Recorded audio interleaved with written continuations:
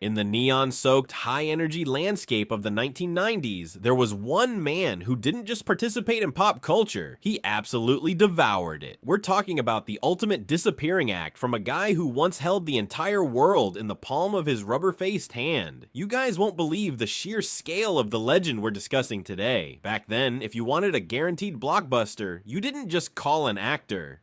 You called a force of nature. Jim Carrey was the first star to command a staggering $20 million for a single movie. Think about that for a second. In an era before superhero franchises and cinematic universes ruled the earth, his face was the franchise. From the manic, chaotic energy of Ace Ventura to the green-tinted madness of The Mask, he was everywhere, all the time. But then, almost like one of his own cinematic magic tricks, he started to fade. The man who once owned every theater seat in America suddenly vanished from the Hollywood grid, leaving fans scratching their heads and asking the same question: where on earth did Jim go? The real shocker came recently during the high-profile press tour for Sonic the Hedgehog 2. You remember it, right? While everyone was expecting the usual funny anecdotes, weird impressions, and lighthearted banter, Jim casually dropped the big R word, the retirement. He didn't say it with a wink or a nudge, or that classic mischievous grin we all know so well. He looked right into the camera and said he was fairly serious about walking away for good. The world practically stood still for a moment. Was the mask finally coming off? It felt like a massive shift in the Hollywood matrix that no one saw coming. For decades, we had grown accustomed to his presence, watching him evolve from the slapstick king of Dumb and Dumber to the soul-crushing brilliance of The Truman Show. He wasn't just a comedian, he was a global cultural phenomenon who could make us laugh until it hurt and then break our hearts in the very next scene with a single look. But why would someone at the absolute peak of their legendary status decide to just walk away? Why turn your back on the glitz, the glamour, and those astronomical paychecks that most people can only dream of? Is Hollywood simply too noisy for him now? Before we continue, subscribe to the channel and tell us in the comments where you are watching from. It's a fascinating question because, for Jim, the answer seems to be found in the silence. When you look at the new Jim Carrey, you aren't seeing the manic Joker with the $1,000,000 smile. Instead, you see a man with a thick, graying beard and a gaze that seems to look right through the physical world. He's become a philosophical seeker, an artist who spends his days surrounded by paintbrushes and clay rather than movie cameras and bright lights. He claims to have done enough, a sentiment that feels almost alien in a town built on the idea that you can never have enough fame, power, or money. Let's go back to that legendary run in 1994. In a single year, he released Ace Ventura, Pet Detective, The Mask, and Dumb and Dumber. That's 3 massive hits in 12 months. Nobody does that anymore. It was like he had a cheat code for the human funny bone. We saw him as this invincible, rubberized cartoon come to life. But looking back, maybe the cracks were already starting to show. Maybe the weight of being the world's jester was heavier than we ever imagined. When he stood on that stage for Sonic 2 and talked about his quiet life, you could see a lightness in his eyes that didn't come from a punchline. He talked about how he has enough, he's done enough, and he is enough. It's a powerful message in a world that's constantly screaming for more. He's traded the red carpets for a secluded art studio sanctuary, a place where he can breathe without the constant flashbulbs of the paparazzi. He talks about nothingness and the radical idea that the persona of Jim Carrey was just a character he played for our collective amusement. It's pretty deep stuff, isn't it? But wait, because there is so much more to this story than just a celebrity finding a peaceful new hobby, do you guys think he's actually done? Or is he just waiting in the shadows for the perfect script, one written in gold ink, to pull him back? Rumors say that his departure wasn't just about getting bored with the industry. There were deeply personal, heavy, and even tragic reasons that shifted his entire perspective on reality. The man who once taught us how to laugh is now navigating a world of profound loss and spiritual awakening. But the journey to get there was far darker than any of us realized. There were shadows behind the spotlight that changed everything. To truly understand the shift, you have to look at the massive internal earthquake that shook Jim's sense of self. It wasn't just about getting tired of the jokes or the grueling schedules. It was a total transformation from the slapstick king into a deep-thinking seeker of truth. You see, Jim stopped believing in the idea of Jim Carrey. He began to view the world through a lens far more profound than any Hollywood script. This wasn't a sudden crisis, but a slow burn that arguably started when he took on the role of his idol, Andy Kaufman, for the film Man on the Moon. This wasn't just a job, it was a soul-consuming possession. He stayed in character 24/7, refusing to answer to his own name. He was Tony Clifton or Andy, but definitely not Jim. When the cameras stopped and the production ended, Jim realized he didn't know how to go back to being himself.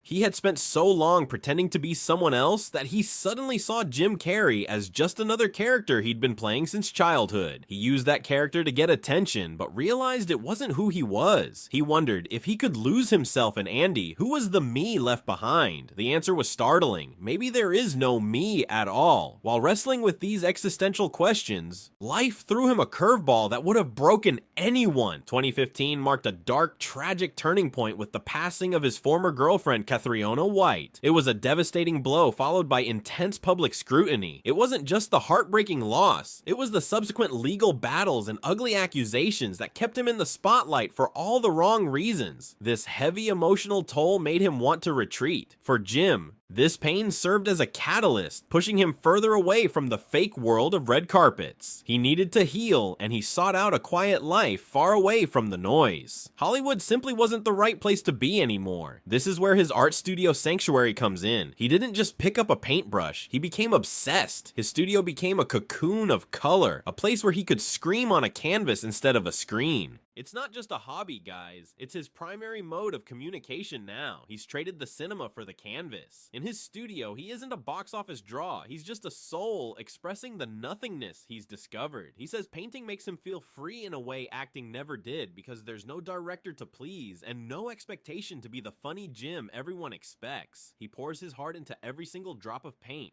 finding a piece that fame never provided. Who could forget those viral, awkward red carpet interviews? At a Harper's Bazaar party, he literally walked in circles around a reporter, claiming personality doesn't exist and there is no me. People thought he was having a breakdown, but he was just sharing his new reality. He was tired of the masks we all wear. He started seeing the industry as noise and ego that he didn't want to participate in anymore. He began to feel like a misfit in a modern Hollywood dominated by formulaic superhero franchises. Does a guy like Jim, who thrives on raw energy, even fit in anymore? Probably not, and he seems perfectly okay with that because he found a deeper purpose in his own complete, beautiful stillness.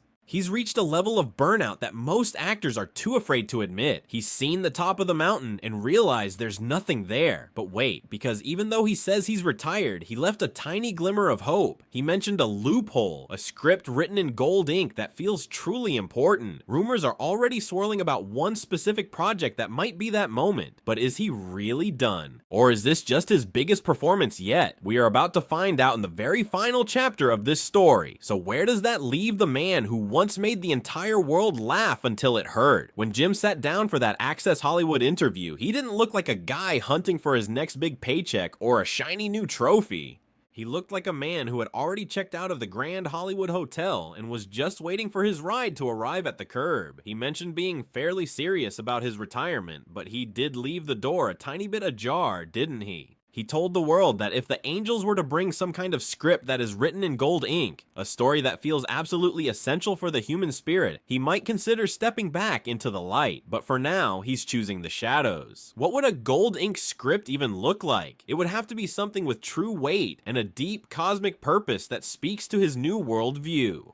Is it an indie drama or a project we can't fathom yet? Despite his clear stance, the internet rumor mill just refuses to stop spinning. You've probably seen the headlines claiming that The Grinch 2 is in production, or that he's finally agreed to put that green mask back on for a sequel. Fans are desperate to hold on because there is a hole in comedy that only Jim can fill. But if you look closely at his behavior, he seems much more interested in the ink on his fingers from sculpting than the ink on a contract. His activity on the X platform tells the true story. He doesn't use his platform to promote blockbusters or red carpet events anymore. Instead, he shares raw political cartoons and deep philosophical musings. He's using his voice to speak a personal truth rather than selling movie tickets, marking a radical departure from the guy who once did backflips to earn a chuckle. He's transformed from the man who commanded our attention with comedy to an artist who who uses silent, colorful canvases. The public reaction to this new Jim is divided. On one hand, fans are cheering him on, saying the man has given us enough and deserves his peace. They see his spiritual journey as a vital reminder that fame is not the ultimate finish line. They see the courage it takes to walk away from $20 million per film just to find inner peace. On the other hand, a massive group of people feels that we need his brand of genius now more than ever.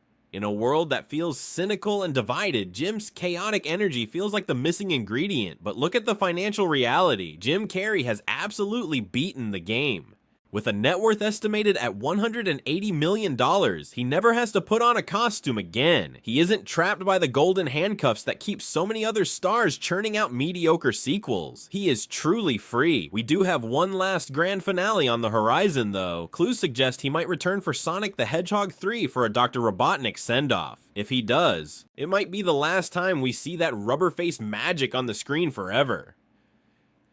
After that curtain call, it could be total silence.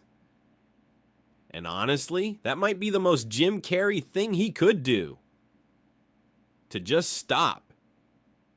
To prove he wasn't addicted to the applause.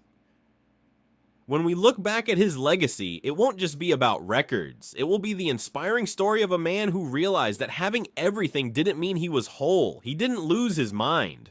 He found his beautiful soul. If Jim never makes another movie, which movie is his greatest legacy? Is it Truman or The Mask? Drop a comment below right now to share your thoughts with us as we remember the true impact of the man who finally found his own light.